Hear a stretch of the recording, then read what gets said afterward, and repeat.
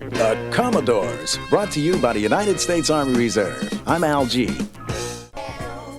Ladies and gentlemen, that's the music of the Commodores, and that's taken from the Commodores' Hot album, Hot on the Tracks. And with us right now is Ronald LaPread and also Lionel Richie. Fellas, welcome to the show. Thank you very much. Let me say that the Commodores sure get funky. Thank you. Well, we try just a little bit. In order to be funky, we kind of stay away from the bathtub. I hope that's a compliment. Listen, Lionel, can you tell me how the Commodores got started? Well, it's a funny thing. Someone told me the other day that we've been together 9 years. It really doesn't seem like it, but we started on a freshman talent show in Tuskegee, Alabama, on the College of Tuskegee Institute. And we stayed, it was, a freshman talent show, and we did just that. We took care of the freshmen.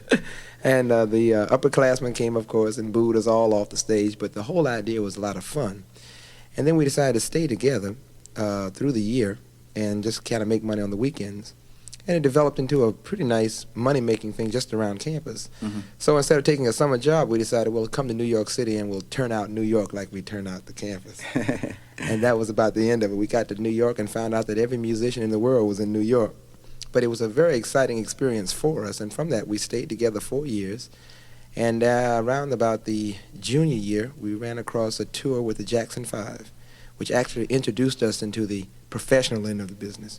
Mm-hmm. And that's when we really got a chance to see that this is more than just a fun kind of experience. This is a money-making experience, because a lot of angles to that. Well, we had 2 engineers and 3 business majors and an economics major and an electrical engineer, Ronald LaPread, over there. So it kind of got to the point where we had to make a decision as to whether we were going into our majors or to stick with this. Well, about the senior year, we realized there was a lot of money involved. And from the writing end of it, it was pretty profitable. So we stayed together. And, of course, Motown and the records came on. Yeah. Ronald, maybe I ought to take you over to the radio station, man, and let you look at some of our equipment. Hey, yeah, man, for real. Do you ever get into it? Do you like to do it, tinker around with oh, man, I have I don't know if I should say this or not, but I have a radio station at my house that I just kind of sit down and mess with, a CB radio. Yeah. And did you build it yourself? Yeah, I put it all together, put it up. I got this antenna that's like 30 feet, 8.5 inches long, and 19 feet tall.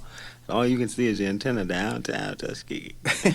Hey, listen, Ronald, can you tell me where each of the fellows is from originally? Sure. The Commodores are made of 6 cats, and right now we're all living in Tuskegee, but Lionel, Richie, and myself are from Tuskegee. That's home base. Right, mm-hmm. and there's Walter Orange, the drummer, who's from Orlando, Florida. I mean, Jacksonville. Mm-hmm. And the guitar player, Thomas McClare, is from Orlando. Mm-hmm. And we have Mylon Williams, Captain Quickdraw from Mississippi. and then Tupelo is at Okolona, Mississippi. And we have our trumpet player, William King, who's from Birmingham, Alabama. That's right. Lionel, who's the comedian of the group?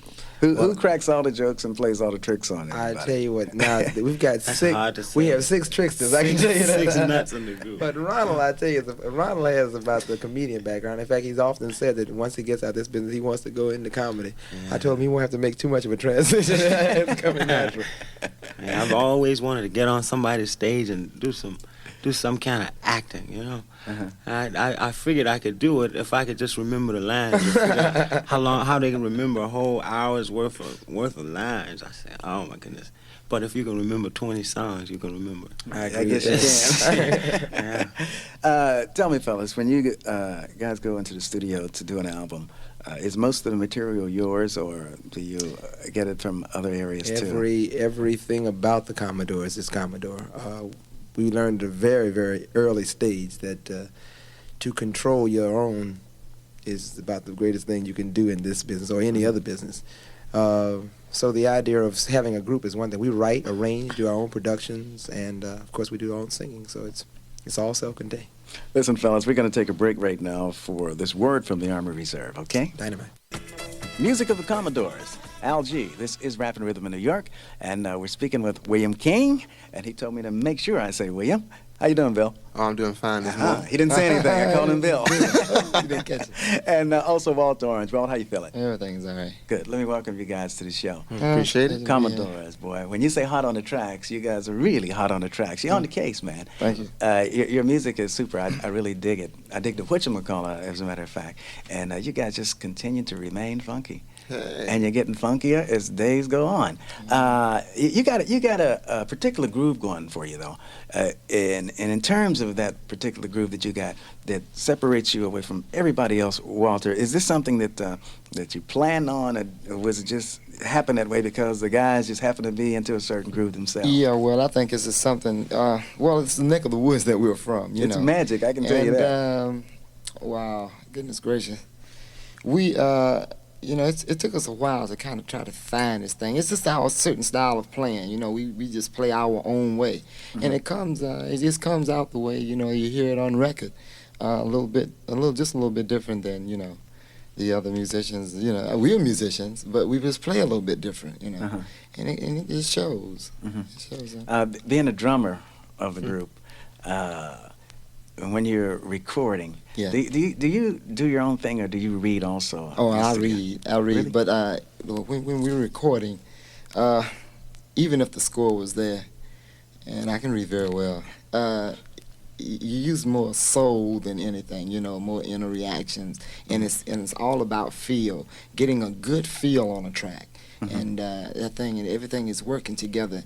I think you can produce and project much more that way than reading it off paper, or reading the breaks and doing feels, as a drummer.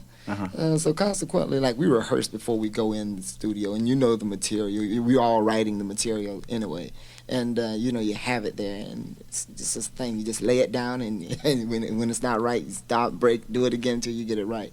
Well, and William, it comes off. William is sitting over there kind of quiet, and I'm not going to dash it to him right now. But I got a couple of questions I want to ask you, William.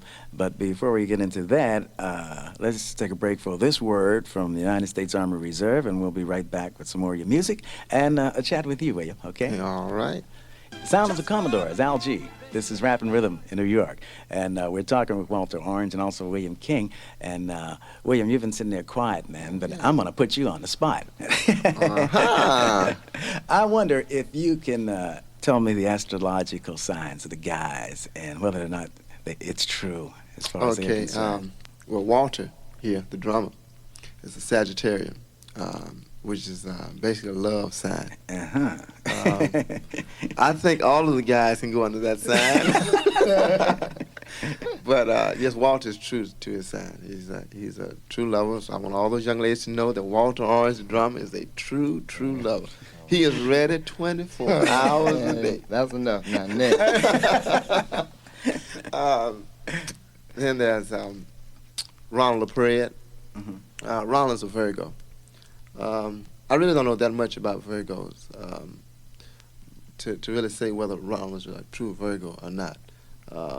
But Ronald himself, he's very into himself, and he thinks a lot. But he keeps it a lot to himself. You can always see his mind working, but he just doesn't just outright bring it out to you all the time. But he speaks his mind, but you can tell he's a continuous thinker. Richie is a Gemini. Now, Richie is a true Gemini, very much so.